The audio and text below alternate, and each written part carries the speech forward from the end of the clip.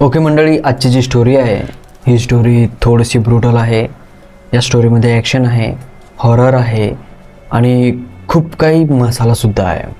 तर आता ही स्टोरी आपण सुरू करण्याच्या अगोदर मी नक्की सांगतो की यार सबस्क्रायबर आपले खूप कमी आहेत, तर प्लीज आमच्या चॅनलला सबस्क्राईब करा. तुमच्यासाठी अशा प्रकारचे आम्ही व्हिडिओ आणत राहतो आणि तुमचं मनोरंजन आम्ही करत राहतो. तर आता आपल्या स्टोरीला सुरुवात करूयात. दोन जवळजवळ गावं असतात आणि त्या गावांमधले जे मुलं असतात त्यांचे ग्रुप्स असतात. त्या ग्रुपमध्ये इतकी कट्टर दुश्मनी असते की समजा या गावातला मुलगा जर दुसऱ्या गावामध्ये गेला तर त्या गावातली मुलं त्यांना मारण्यासाठी त्याच्यावर सुटायचे. म्हणजे समजा कुत्र्यांचं कसं असतं, या गल्लीतला कुत्रा जर दुसऱ्या गल्लीमध्ये गेला तर त्या गल्लीमधले सगळे कुत्रे मिळून त्याला मारतात. असाच प्रकार या दोन्ही गावातल्या या मुलींचा होता. मुलं आणि मुलीसुद्धा एकमेकींना चांगलं बघत नव्हते. आता त्या दोन्ही गावांमध्ये एखादा जर मॅच असला तरी पण सुद्धा त्याच्यामध्ये खेळाडूसारखे ते खेळायचे नाही. ते एकदम असे दुश्मनासारखे खेळायचे की नाही आता तर मी याला हरवणार, मी तर याला आता पच्ची करणार, अशी करणार, तशी करणार. अशा प्रकारचं त्यांच्यामध्ये मॅटर होतं. आता आपली जी स्टोरी आहे ही स्टोरी सुरू होते दुसऱ्या गावामध्ये आणि संपते इकडच्या गावामध्ये. म्हणजे 5 मित्र असतात, त्यांच्यासोबत या स्टोरीमध्ये जे काही घडणार आहे ते होते, पण सुरुवात त्या समोरच्या गावामधून होते. आता समोरच्या गावामध्ये एक खूप मोठा मॉल होता. त्या मॉलमध्ये अलग अलग प्रकारचे दुकानं होते, जसं की हॉटेल्स, किराणा दुकान, म्हणजे जे काही दुकानाचे प्रकार असतात ते सगळ्या टाईपचे प्रकारचे दुकान त्या मॉलमध्ये असतात. आणि त्या मॉलमध्ये अजून एक दुकान असतं, ते म्हणजे पुस्तकांचं दुकान. जे म्हणलं ते बुक तिथं त्या दुकानावर भेटणार. आणि त्या दुकानावर काम करणारी असते एक महिला, एक मुलगी जी की मॅच्युअर असते, 20 वर्षाच्या वरची असते, सुंदर असते, जवानीमध्ये आलेली असते. तर ती तिच्या बॉयफ्रेंडसोबतच तिथं काम करते. पण ती जे काम करते ना ती थोडा ओव्हर टाईम करते. म्हणजे ते मॉल बंद होईपर्यंत ती त्या दुकानामध्ये राहते. म्हणजे सगळ्यात लास्टला ती स्वतः ते दुकानही बंद करते, ते मॉलही बंद करते आणि तिथून घराला जाते. तिच्या अगोदर सगळेच जण तिथून त्या मॉलमधून निघून जातात. आणि ती ओव्हर टाईम यामुळे करत असते की बाबा घरी थोडीशी परिस्थिती असते बिकट आणि पैशाची कमी असते, त्यामुळे ती ओव्हर टाईम करते. आणि ती तिथं ओव्हर टाईम करते म्हणून तिचा जो बॉयफ्रेंड आहे तो सुद्धा तिच्या मदतीसाठी तिथं ओव्हर टाईम करतो. आता रोजच्या प्रमाणे हे दोघंही जण नोकरी करू लागले. दोघंही जण तिथं आपलं काम करत होते आणि रोजच्या प्रमाणे ते दोघंही जण आपले आपले दुकानं बंद करून, मॉल बंद करून तिथून निघण्याचा प्रयत्न करत होते. पण अचानक तिचा जो बॉयफ्रेंड आहे तो त्या मॉलमधून गायब होतो. तिला कळत नाही की असं कसं होतं. ती तिच्या बॉयफ्रेंडला हाका मारते, आवाज देते, पण तो हिला आवाज देत नाही ना, हिच्या समोर येत नाही. आता थोड्या अगोदरच तो हिच्यासमोर आलो होता की बोलला होता की चला आता आपण घराला जाऊयात, आता जास्त वेळ थांबून काय फायदा नाही आहे, आपण सगळं बंद करू आणि आपापल्या घराला जाऊ. हालाकी तो हिला तिच्या घरी सोडणार सुद्धा होता आणि थोडाफार रोमॅन्ससुद्धा करणार होता. पण तो अचानक असा गायब झाला आणि ही पूर्ण मॉलनं त्याला बघतीये पण तो कुठेही दिसला नाही. आता ही आपल्या दुकानामध्ये जाते, पुस्तकं वगैरे आवरण्याचा म्हणजे कार्य सुरू करते, जे की तिला दुकान बंद करायचं असतं. आता सगळी पुस्तकं आवरल्याच्या नंतर प्रत्येक गॅलरीमध्ये एक बुक खाली पडलेली असते. पहिली बुक उचलते ठेवते, दुसरी बुक उचलते ठेवते, पण ती पुन्हा विचार करते की मी तर आत्ता सगळं साफ केलं होतं आणि पुन्हा असं कसं आलं, म्हणजे काहीतरी गडबड आहे. मग तेवढ्यात तिला असा अनुभव होतो की त्या मॉलमध्ये हिच्याशिवाय दुसरं कोणीतरी आहे. आता तिला वाटतं की माझा बॉयफ्रेंड माझ्यासोबत मस्करी करतोय, माझा प्रियकर जो की मला दिसत नाही आहे, तो हटकून माझ्यासोबत असं करतोय. तो तिच्या नावाने त्याला हाका मारतो, त्याला म्हणते की तू काही पण कर, पण मला माहिती आहे तूच आहेस म्हणून मला भीती घालण्याचा प्रयत्न करू नको. पण अचानक हिच्या समोर एक असा माणूस उभा राहतो ज्याने काळे कपडे घातलेले असतात आणि जी कवटी असते ना आपली माणसाची, माणूस मेल्याच्या नंतर हाडकं उघडे पडतात, त्या कवटीचं मास्क घातलेला असतो. त्याच्या हातामध्ये एक चाकू असतो आणि तो तिच्यावर हल्ला करतो. आता तिच्यावर हल्ला केल्याच्या नंतर ही कशीबशी तिथून वाचून जाण्याचा प्रयत्न करते. तिथं हातापायी होते आणि हातापायीमध्ये हिच्या पोटामध्ये त्याच्या चाकूचा थोडा वार लागतो. ही पळत पळत टेलिफोनपाशी जाते, पोलिसांना फोन करते, पोलिसांना सांगते की बाबा माझ्यासोबत इथं थोडंसं विचित्र प्रकार व्हायला आहे, मला एक जण मारण्याचा प्रयत्न करायला, मी या मॉलमधून बोलते. तोपर्यंत तो जो कवटी घातलेला माणूस आहे तो पुन्हा तिच्यापाशी येतो आणि तिला मारण्याचा प्रयत्न करतो. ती पळता पळता हा तिच्या पाठीमागून जातो, तिच्या मानेमध्ये वार करतो, पोटामध्ये वार करतो, तिच्या पोटातले सगळे आतडे बाहेर करतो, एका सुईनं तिच्यावर वार करण्याचा प्रयत्न करतो. पण तेवढ्यात जवळच पोलीस होते, त्यामुळे ते पोलीस तिथे येतात आणि हा तिला मारता वेळेस पोलीस याला बघतात आणि पाठीमागून याच्या पाठीवर गोळ्या झाडतात आणि ती पण मरते आणि तिच्यासोबत हा पण मरतो. दुसऱ्या दिवशी सगळीकडे टी व्हीवर न्यूज चालते की त्या मॉलमध्ये मर्डर झालेला आहे आणि मर्डर करणारा व्यक्ती दुसरं कोणीही नाही, त्याच महिलेचा बॉयफ्रेंड होता आणि तिथे दोघंही मेले. आणि याच्या अगोदर त्या गावामध्ये 7 माणसं मेले होते आणि ते 7ही माणसं अशाच प्रकारे मेले होते. चाकूने त्यांना मारलं आणि ते मेले. आता तिथला जो सगळा परिसर आहे त्या सगळ्यांना असं वाटलं की बाबा आता तो मर्डरर सुद्धा मेला, जो सिरियल किलर आहे तो मारणारा तो सुद्धा मेला आणि आता सगळं संपलं, म्हणजे आता सगळं क्लिअर झालं. आता जो कोणी मर्डरर आहे तो मेलेला आहे, त्यामुळं आता काही भ्यायचं काम नाही आहे. आता सगळेजण रिलॅक्स होतात, सगळ्यांना वाटतं की सगळा खेळ संपलेला आहे, पण नाही. स्टोरी तर आता इथून सुरू होते. आता जे दुसरं गाव आहे त्या गावामध्ये 5 मित्र होते आणि त्या 5 मित्रांमध्ये 3 मुली आणि 2 मुलं होते. आता जे 2 मुलं होते त्या 2 मुलांचं नाव सांगतो. एकाचं नाव होतं प्रतीक आणि एकाचं नाव होतं अक्षय. जो अक्षय होता तो रेखा नावाच्या मुलीचा भाऊ होता आणि जो प्रतीक होता तो साक्षी नावाच्या मुलीचा भाऊ होता. आणि जे रेखा, साक्षी आणि ती तिसरी मुलगी होती तिचं नाव वनिता असं होतं. आता जी वनिता आणि रेखा आहे ह्या दोघीजणी थोड्या क्लोज फ्रेंड होत्या. आता क्लोज फ्रेंड म्हणजे अशा प्रकारच्या क्लोज फ्रेंड जसं की एका मुलात आणि एका मुलीमध्ये प्रेम होतो ना, तशा प्रकारचं प्रेम या दोघींमध्ये होतं. पण यांच्या प्रेमाला सपोर्ट यांच्या घरचे अजिबात करत नव्हते. यांच्या घरच्यांना वाटत होतं की हे काय चिद्रेपणा लावलेला आहे यांनी असं हे बंद करायला पाहिजे आणि आपल्या कामाला आपल्या रेग्युलरपणे लाईफला जगायला पाहिजे. पण ह्या दोघीजणी इतक्या एकमेकींच्या प्रेमामध्ये गुंग होत्या की यांना घरच्यांनी जे काही सांगितले ते अजिबात यांना पटत नव्हतं. तरी पण जी वनिता होती ती घरच्यांचा मान राखण्यासाठी, रेखापासून दूर होण्यासाठी ती दुसऱ्या गावातल्या एका मुलासोबत अफेअर करते आणि हिचा राग रेखाच्या मनामध्ये होता आणि या दोघीजणींचं ब्रेकअप झालेलं असतं. आणि त्यातल्या त्यात जे मी तुम्हाला सुरुवातीला सांगितलं की त्या मॉलमध्ये एका मुलीचा मर्डर होतो आणि त्याच्यासोबत त्या मर्डररचा सुद्धा पोलिसांनी खात्मा केलेला असतो.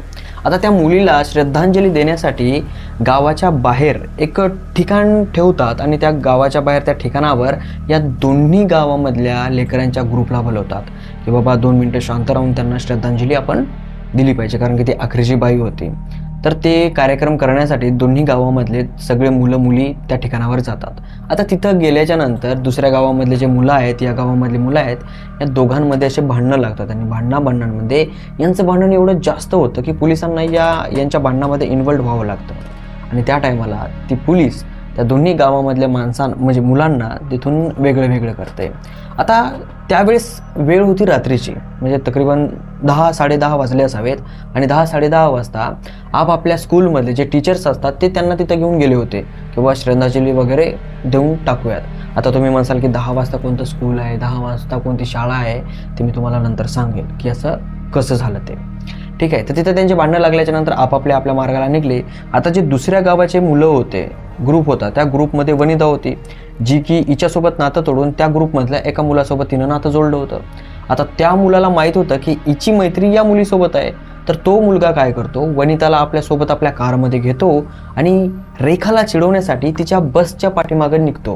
म्हणजे आपली कार घेऊन आपल्या कारमध्ये आपल्या वनिताला घेऊन आणि त्या रेखाला चिडवण्यासाठी तिच्या बसच्या पाठीमागं लागतो आणि कारमधून त्या बसमधल्या शिव्या देतो. आता हे दोघंही जण एकमेकांना शिव्या देतात आणि या रेखाला इतका जास्त राग येतो, त्या बसमध्ये ठेवलेलं एक ड्रम असतो, त्या ड्रममध्ये थोडंसं ऑइल वगैरे असतं, ते ड्रम बाहेर काढते आणि ते जे इमर्जन्सी गेट असतं पाठीमागचं ते गेट उघडते आणि तो ड्रम त्या मुलांच्या कारवर फेकतोय. आता त्या कारवर फेकल्याच्या नंतर ती कार थोडी कंट्रोल तिच्यावरून हटल्या जातं आणि त्या कारचा ॲक्सिडेंट होतो. तिचा ॲक्सिडेंट झाल्याच्या नंतर यांची बस थांबते. बसमधून हे खाली उतरतात, बघतात जर ती वनिता जी आहे ती सुद्धा त्या कारमध्ये होते आणि तिला सुद्धा मार लागलेला असतो. तिच्या नाकामधून रक्त बाहेर आलेलं असतं आणि जे तिच्यासोबतचे 2-3 मुलं असतात त्यांना सुद्धा थोडाफार मार लागलेला असतो. आणि जी कार ज्या झाडाला जाऊन टेकली होती त्याच्या अलीकडंच एक जागा असते, त्या जागेवर वनिता तिथं खाली टोंगल्यावर बसलेली असते आणि आपल्या नाकामधलं जे रक्त आहे ते पुसत असते. तेवढ्यात तिला ना एक झलक दिसते, एक रेड असं म्हणजे लाल कलरचा असा प्रकाश दिसतो. त्या प्रकाशामध्ये एक झाड दिसतं आणि त्या झाडाला कोणती तरी लेडीज लटकलेली आहे अशा प्रकारचं तिला दृश्य दिसतं. ती तिथून निघते. तिथून निघल्याच्या नंतर दवाखान्यामध्ये जाते. आता ही जी रेखा आहे हिला माहीत असतं की बाबा आपली जी वनिता आहे, आपली प्रियकर आहे, ती त्या गाडीमध्ये होते आणि आपल्यामुळे तिचा ॲक्सिडेंट झालेला आहे आणि तिच्यासोबत असं हे काय सगळं काय मॅटर आहे तो झालेला आहे. तर ती त्याला तिथं सॉरी बोलते आणि ती आपल्या घरी निघून जाते. आता घरी गेल्याच्या नंतर रेखा आणि अक्षय हे दोघंजणं त्याच्या रूममध्ये असतात आणि साक्षी आणि प्रतीक हे दोघंजणं त्यांच्या घरामध्ये असतात. म्हणजे यांची घरं समोरासमोर असतात आणि दोघंही जण म्हणजे हे चारही जण दोघंजणं भाऊ बहीण असतात. आता जी रेखा आहे तिच्या घरामध्ये अचानक तोच माणूस, ज्या माणसाने लगेच सुरुवातीला त्या मॉलमध्ये त्या महिलेचा मर्डर केला होता, ज्याने कवट्याचं मास्क वगैरे घातलं होतं, कपडे वगैरे घातले होते आणि त्या कपड्याने तिला चाकू घोपून त्याला मर्डर केला होता, तोच माणूस रेखाच्या घराच्या समोर उभा राहतो. आता रेखाला असं वाटतं की हे मला चिडवत आहेत आणि मला भीती घालण्याचा प्रयत्न करतायत आणि हे जे करतायत ना हे दुसरं कोणीच नाही, दुसऱ्या गावामधला मुलगा आहे आणि तोच मुलगा आहे जो मुलगा वनिताचा बॉयफ्रेंड आहे. आता हिला ना फार राग येतो. ही घराच्या बाहेर निघते आणि त्याला शोधण्याचा प्रयत्न करते, पण तो जो समोरचा मुलगा आहे तो मास्क वगैरे घालून आलेला तो तिला कुठेही दिसत नाही. पण थोड्या वेळाच्या नंतरच तो मुलगा जे मास्क वगैरे घातलेला आहे तो साक्षीच्या घरामध्ये दिसतो. तिच्या घरामध्ये तो तिचे कपडे गिपडे विस्कटत असतो आणि तेवढ्यात साक्षी आणि तिचा भाऊ प्रतीक हे दोघंजण त्याला बघतात आणि हाक मारतात की तो तिथून पुन्हा गायब होतो. आता यांना समजलं नाही की तो येऊन घरामध्ये कपडे काय सांभाळत होता, काय करत होता. आणि या प्रकारानंतर जी साक्षी आहे ती रेखाच्या घराकडे येते आणि जबरदस्ती आणि जोरात त्या रेखासोबत वाद घालायला लागते की आपण जर त्यांचा ॲक्सिडेंट केला नसता, तिथं जर काही केलं नसतं, तिथं जर त्यांच्या वाटे गेलो नसतो तर तो इथपर्यंत आला नसता, तो माझ्या घरामध्ये सुद्धा आला होता. आता रेखा म्हणते तो माझ्यासुद्धा घरामध्ये आला होता, चला आपण त्याला दाखवूयात. कारण की या दोघीजणींना माहीत असतं की जी ही वनिता आहे या वनितासोबत तो हॉस्पिटलमध्ये गेला होता आणि जी वनिता आहे ती हॉस्पिटलमध्ये ॲडमिट होती.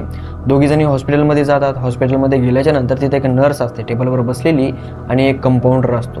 त्या दोघा जणांना ही रेखा आणि साक्षी बोलतात आणि तिथं त्या वनिताला भेटायला जातात. तिथं गेल्याच्या नंतर ह्या दोघीजणी वनिताला भांडायला लागतात की तुझा जो बॉयफ्रेंड आहे तो माझ्या घरी आला होता, माझ्या घरात मला मारण्याची धमकी दिली, मला चाकू दाखवला. आणि जी साक्षी आहे ती साक्षीसुद्धा त्या वनिताला म्हणते की तुझा जो बॉयफ्रेंड आहे तो माझ्या घरात येऊन माझे कपडे विस्कटत होता. तेवढ्यात तिचा जो बॉयफ्रेंड आहे तो तिथं येतो आणि ती वनिता त्यांना म्हणते की अरे काय पागल झालात काय तुम्ही, माझा बॉयफ्रेंड मी जेव्हापासून ॲडमिट झालेली आहे तेव्हापासून तो माझ्यासोबतच आहे, तो कुठेही गेला नाही. आता वनिताचं असं बोलणं ऐकल्याच्यानंतर रेखा आणि साक्षीला हे खोटंच वाटतं आणि यांच्यासोबत यांचे भाऊसुद्धा आलेले असतात. यांना वनिता जी बोलायली ते सगळं खोटं वाटत असतं कारण की यांना ते दिसलेलं असतं ना आणि यांना वाटतं की 100% तोच आहे. आणि शेजारी तिचा बॉयफ्रेंड तोही म्हणतो अरे का तुम्ही पागल झालात काय, मी कशाला येऊ तुमच्या इथं आणि मला काय गरज आहे तिथं येण्याची, तुम्हाला भीती घालण्याची. आता या सगळ्यांची वादावाद फुल चालू. हे याला भांडतायत, ते त्याला भांडतायत, ते त्याला भांडतायत, सगळेजण एकमेकांना भांडतायत की तू केलंय. आणि तेवढ्यात अचानक वनिताचा जो बॉयफ्रेंड आहे त्याच्या पाठीमागून कुणीतरी येतं आणि पाठीमागून त्याच्या पाठी ते चाकू खुपसतं जो की पोटातून बाहेर येतो. हे पाहिल्याच्या नंतर सगळेजण शॉक. आणि तोच व्यक्ती असतो ज्याने स्कल मास्क घातलेलं असतं, म्हणजे हाडकाचं मास्क घातलेलं असतं, काळे कपडे घातलेले असतात. आणि तेव्हा यांना कळतं की हा वनिताचा बॉयफ्रेंड नव्हताच, हा दुसराच कोणीतरी आहे. मग तिथून वनिता, साक्षी, प्रतीक, अक्षय आणि रेखा हे 5ही जण त्या हॉस्पिटलमधून पळायला लागतात. बाहेर येतात, त्या नर्सला सांगण्याचा प्रयत्न करतात तर त्या माणसाने ऑलरेडी त्या नर्सला मारलेलं असतं. आता असं पाहिल्याच्या नंतर हे 5ही जण बाहेर जातात, त्यांना पळण्यासाठी काहीही दिसत नाही. तर हॉस्पिटलच्या बाहेर जी उभी ॲम्ब्युलन्स असते त्या ॲम्ब्युलन्समध्ये बसतात आणि ती ॲम्ब्युलन्स चोरी करतात. सरळ ॲम्ब्युलन्स चोरी करून पोलीस स्टेशनमध्ये जातात. तिथं गेल्याच्या नंतर जी रेखा आणि वनिता आहे ती पोलिसांना सांगण्याचा प्रयत्न करतात की बघा आम्ही हॉस्पिटलमध्ये गेलो होतो आणि हॉस्पिटलमध्ये गेल्याच्या नंतर जो तो माणूस आहे तो माणूस आला, त्याने वनिताच्या बॉयफ्रेंडला मारलंय आणि हॉस्पिटलमधल्या कर्मचाऱ्यांना सुद्धा मारलंय. आमचं खोटं वाटत असेल तर तुम्ही प्लीज तिथं जाऊन बघा. आणि तो खूप वेगळा आहे, स्कल आहे, जे तुम्ही म्हणताय ना की ते माणूस, त्या माणसाला आम्ही मारले तोच तो माणूस होता. त्या हातापायमध्ये जी रेखा आहे त्या रेखाने त्याच्या तोंडावरचं मास्क काढलं होतं, तर तोच माणूस होता जो माणूस लगेच सुरुवातीला त्या मॉलमधल्या मुलीला मारतो, म्हणजे तिचा बॉयफ्रेंड जो की मेलेला असतो ऑलरेडी. आणि तो मरून त्याचा मृतदेह जागी होतं आणि मृतदेह यांना मारण्याच्या पाठीमागं लागतं.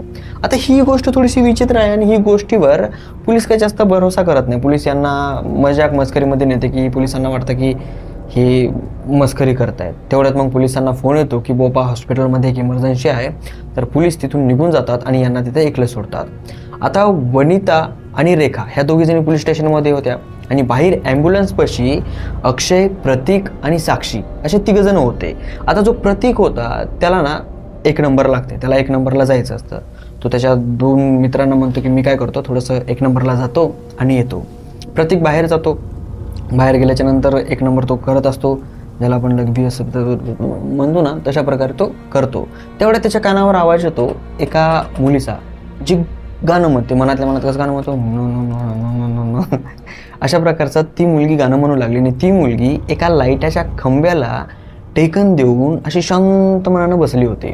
आता जो हा प्रतीक आहे याच्या कानावर आवाज आल्याच्या नंतर हा तिच्याकडे बघतो आणि म्हणतो की कोण आहे, तू इथं का बसली आहेस, तुला काय प्रॉब्लेम आहे का. तर हा तिच्याकडे जातो. तिच्याकडे गेल्याच्या नंतर ती गाणं म्हणणं थांबवत नाही आणि हा तिला खांद्यावर हात टेकवतो, तिचा चेहरा याला दाखवते. तिचा चेहरा पूर्णपणे फाटलेला होता, पूर्ण पांढरा शिपत झालेला, पूर्ण फाटलेला, डोळ्यामधून रक्त बाहेर यायलेलं. आणि ती मुलगी उठते आणि प्रतीकवर हल्ला करायला लागते. प्रतीक खाली पडतो, त्याच्या उरावरती बसते आणि वादावादामध्ये प्रतीकवरती ती जे लेझर चाकू असतात ना आपल्या हॉस्पिटलमध्ये, त्या चाकूने त्याच्यावर हमला करायला लागते. आता प्रतीक थोडासा ताकदवर असल्यामुळं तो चाकू घेऊन तिच्यावर वार करतो. पण तिच्या अंगामधून जे रक्त बाहेर पडतं ते पूर्णपणे काळं असतं, लाल नसतं. आणि हे बघून तो थोडासा आरबळतो आणि तिला चाकू मारल्याच्या नंतर सुद्धा ती याच्यावर हल्ला करतच असते. आणि हे बघताच त्याचे जे मित्रमैत्रिणी आहेत ते त्या महिलेवर पाठीमागून गोळ्या झाडतात, जी बंदूक त्यांनी पोलीस स्टेशनमधून चोरून आणली होती. पण त्या बंदुकीच्या गोळ्याही त्या मुलीला काहीही करू शकल्या नाहीत. त्या बंदुकीच्या गोळ्या त्या मुलीच्या शरीरातून बाहेर पडल्या. आणि त्या मुलीला जेव्हा त्या ग्रुपमधल्या, ज्याचं नाव प्रतीक असं आहे, अक्षय असं आहे, त्या अक्षयने त्या महिलेकडे पाहिल्याच्या नंतर त्याला काहीतरी आठवलं आणि तो अक्षय म्हणतो की चला पहिले पटकर माझ्या घरी सर, आम्हाला तुम्हाला काहीतरी सांगायचं आहे. आता घरी गेल्याच्या नंतर अक्षय जो आहे तो काय कागद, म्हणजे जे पेपर्स वगैरे आहेत ते त्या 4 जणांच्या समोर टाकतो आणि त्यांना म्हणतो की जे हे आहेत ते त्या डायनचे नौकर आहेत. म्हणजे एक डायन होती 1666 मध्ये, जिला फाशी देण्यात आली. आणि फाशी देण्याच्या अगोदर त्या डायनने, त्या हाडळीने एक श्राप दिला गावकऱ्यांना की मला जर तुम्ही फाशी दिली आणि मी मेले तर तुमच्यातला कोणी ना कोणीतरी उठून तुमच्या सर्वांचा नाश करेल. आणि तो श्राप तिनं सत्य करण्यासाठी तिचा जो एक हात आहे तो हात कापला आणि एका जमिनीमध्ये पुरून टाकला. आता ती जमीन त्या गावामधली होती, ज्या गावामध्ये हे सगळेजण राहत होते. आणि तिचाच हा श्राप आहे जे की काही सिरियल किलर होत आहेत आणि माणसांना मारत आहेत. आता तो एकच नाही सिरियल किलर, जे की सुरुवातीला तो कवटीचा जो असतो ना फेस, ते वापरून सगळ्यांना मारतो, तो एकच नाही आहे. त्याच्यासोबत ही महिलासुद्धा आहे, ही मुलगी, जिने कुठे गेलं रे, जिने 1965 मध्ये तिच्या बॉयफ्रेंडला सुद्धा मारलं आणि त्याच्यासोबत तिने तिच्या बाकीच्या मित्रांना सुद्धा मारलं. लेझर ब्लेडने, जी ब्लेड ऑपरेशन करता वेळेस यूज करतात त्या ब्लेडने त्या सगळ्यांना मारलं. आणि मारल्याच्या नंतर तिने स्वतःचा हात कापून जीव दिला. आणि हाच नाही, याच्या व्यतिरिक्त अजून एक आहे जो की पोत्याचा मास्क घालून येतो. त्याने काही वर्षाच्या अगोदर 1915 मध्ये तो एका कॅम्पजवळ जातो आणि त्या कॅम्पमध्ये असलेले जितके पण मुलं आहेत त्या सगळ्या मुलांना मारतो. फक्त त्याच्यामधला एकच व्यक्ती वाचतो, ती म्हणजे एक महिला होती, ती वाचते आणि ती वाचलेली आहे. आता यांना हे सगळं समजल्याच्या नंतर यांना कळत नाही की असं यांच्यासोबत का होतंय आणि कशामुळं होतंय. पण जी वनिता नावाची मुलगी आहे ती रेखाला म्हणते की जेव्हा माझा ॲक्सिडेंट झाला होता आणि मी कारच्या बाहेर आलते तेव्हा माझ्या नाकामधून रक्त बाहेर पडू लागलं आणि त्यावेळेस मला काहीतरी दिसलं. एक महिला जिला की फाशी देण्यात आली होती एका झाडाला, तिची झलक दिसली. आता तसं तिने म्हणल्याच्या नंतर जो अक्षय आहे तो तिला म्हणला की ती दुसरं कोणीच नाही आहे, ती डायन आहे, चुडेल आहे, ती विच आहे, ती जिने यांना सगळ्यांना श्राप दिलेला आहे. आणि ती तुझ्या मागं का लागली आहे काय माहीत. ती म्हणली की मी ज्या जागेवर पडले होते, ज्या जागेवर बाहेर निघले होते त्या जागेवर माझा हात जो आहे तो जमिनीमध्ये गेला होता आणि माझ्या हाताला थोडं काहीतरी लागलं होतं. आता हे जे 4 जण मित्र आहेत त्या वनिताचे, हे 4 जण म्हणतात की आपल्याला त्या जागेवर जायला पाहिजे, बघायला पाहिजे नेमकं काय आहे आणि काय नाही. हे 4 जण त्या वनितासोबत त्या जागेवर जातात ज्या जागेवर ॲक्सिडेंट झाला होता. तिथं कार वगैरे ऑलरेडी होती तिथं जाऊन बघतात तर तिथं थोडंसं उकरल्यासारखं करतात आणि तिथं त्यांना समजतं की जी डायन फाशी देऊन मारली होती 1666मध्ये, तिचा कंकाल म्हणजे तिचं जे हाडकं असतात ते हाडकं त्या जाग्यावर होते आणि हिच्या ॲक्सिडेंटमुळं तिचे जे हाडकं आहेत त्या मातीमध्ये ते सगळे पांगळले होते आणि त्याच कारणामुळं ती डायन हिला मारणार होती. आता ती डायन जे तिचे नौकर आहेत ते तिघंजण सिरियल किलर्स ते फक्त तिलाच मारण्याच्या पाठीमागं लागले होते आणि हे त्यांना कशामुळे कळालं, जेव्हा हिचा ॲक्सिडेंट झाला होता त्यावेळेस तिचं रक्त जे आहे वनिताचं रक्त थोडंफार रेखाच्या बुटावर पडलं होतं आणि जो प्रतीक आहे साक्षीचा भाऊ त्याच्या शर्टावर सुद्धा लागलं होतं. म्हणजे तिने थोडीशी उलटी वगैरे केली होती रक्ताची आणि त्या रक्तामुळंच जे राक्षस आहेत ते त्या डायनचे ते त्यांना मारू लागले, म्हणजे रक्ताच्या वासावासाने तिथं गेले होते. आता या सगळ्यांना समजलं की ती जे डायन आहे ती डायन आपल्या सगळ्यांच्या पाठीमागं नाही आहे, ती फक्त वनिताच्या पाठीमागं आहे, कारण तिने तिची जी माती आहे तिला थोडंसं छेडछाड केलेला आहे. आता यांनी विचार केला की समजा ती जर माती ती केलेली आहे, हाडकं वगैरे आहे ते एका जागेवर जमा करून पुन्हा आपण पुरले तर हे सगळं काही शांत होईल आणि त्यांनी ते सगळं करण्याचा प्रयत्नसुद्धा केला, पण तसं काहीही शांत झालं नाही. ते जे 3 सिरियल किलर आहेत ते अजून पण हिच्या पाठावरच होते. आता तिथून पुन्हा निघतात आणि पुन्हा एका मॉलमध्ये जाऊन लपतात. आता तिथं लपल्याच्या नंतर प्रत्येकजण असा विचार करतो की बाबा या मॉलमध्ये आपण एक कार्यक्रम करू ज्याने जे सिरियल किलर्स आहेत ते सगळेजण मरतील. आपण काय करू, जसं भूलभुलैयामध्ये कसं केलं होतं खोटं खोटं नाटक ते मारण्याचं मरण्याचं, तशा प्रकारे यांनी एक प्लॅन केला. ती जे वनिता आहे त्या वनिताचं थोडंसं रक्त वगैरे काढून आपापल्या शर्टावर लावलं, ते सगळे शर्ट वगैरे बाहेर काढून एका रूममध्ये ठेवले. त्या रूममध्ये काही असे पदार्थ ठेवले की ते पदार्थ आग घेऊ शकतील. अशा प्रकारे त्या रूममध्ये सेटिंग केली आणि तिथे तिला जाऊन बसायला लावलं. वर एक छोटीशी खिडकी ठेवली, त्या खिडकीमधून तिला बाहेर निघता यावं. असा प्लॅन केल्याच्या नंतर जे 3 राक्षस आहेत सिरियल किलर्स ते खरंच त्या याच्यामध्ये आले, त्या मॉलमध्ये आले आणि तिला मारण्यासाठी तिच्याच पाठीमागे गेले. हे 4 जण रस्त्यामध्ये उभे, ते 3 राक्षस या 4 जणांना अजिबात हात लावत नाहीत आणि सरळ त्या रूममध्ये जातात. आता तिला पाहिल्याच्या नंतर तो जो राक्षस आहे तो तिच्यावर वार करायला लागतो, पण ती तेवढ्यात वरून खिडकीमधून बाहेर पळते आणि त्या रूममध्ये जी यांनी सेटिंग लावली होती, काही पदार्थ टाकले होते जळण्या फिरण्यासारखे, ते 3 राक्षस त्याच्यामध्ये जमा झाले होते. हे तिथं काडी लावून देतात आणि तिथं मोठा स्फोट होतो त्या रूममध्ये.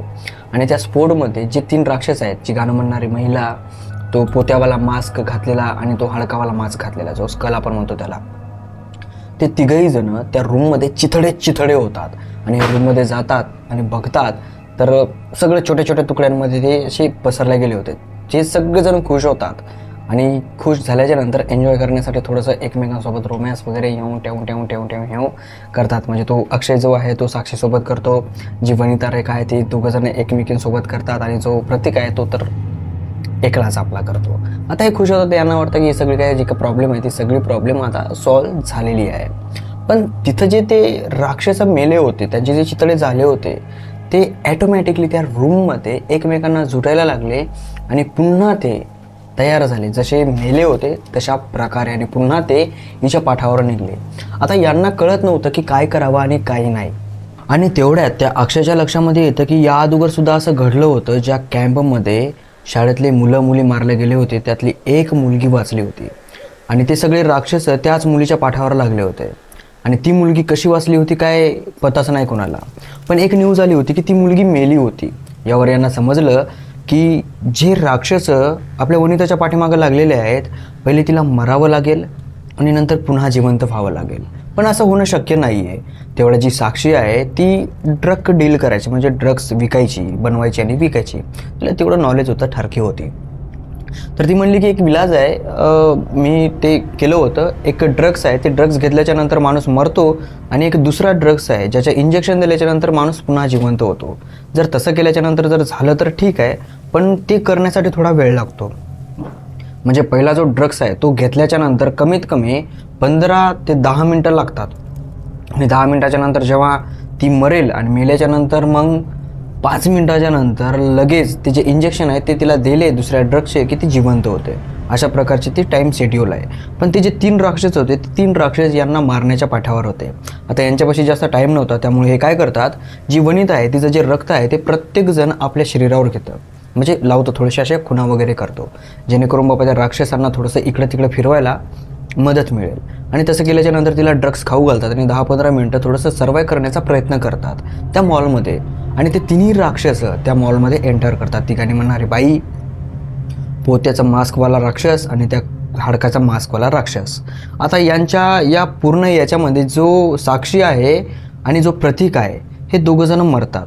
जो प्रतीक आहे तो राक्षसांना थांबवण्याच्या नादानादामध्ये प्रतीकच्या डोक्यामध्ये एक राक्षस कुऱ्हाड घालतो जो की पोत्यावाला असतो, आणि जी साक्षी आहे तिचं डोकं ते जे मास्कवाला राक्षस आहे ते एका मशीनमध्ये घालतात, जसं की मिक्सर असतं ना ते उभं चिरतं चर्र सगळं तशा प्रकारे.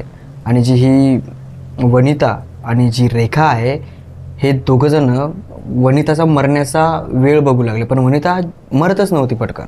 त्यामुळे जी रेखा आहे ती वनिताचं मुंडकं एका पाण्याच्या टबमध्ये घालते आणि तिला मारण्याचा प्रयत्न करते आणि मरते सुद्धा. ती जेव्हा मेली त्याच्यानंतर ते जे तिन्ही राक्षस आहेत ते ॲटोमॅटिकली गायब होतात पूर्ण. पण या सगळ्या सिच्युएशनमध्ये तिचे 2 मित्र मरतात, साक्षी आणि प्रतीक. ते दोघंजणं बहीण भाऊ मरतात. आणि वनिता मेल्याच्या नंतर ते जे इंजेक्शन असतात दुसरे ड्रग्सवाले ते तिला दिल्याच्या नंतर ती जिवंत होते. जिवंत झाल्याच्या नंतर जी काय पोलिसाची केस वगैरे आहे ते सगळी सॉर्ट आऊट करतात आणि आपापली लाईफ जगायला लागतात.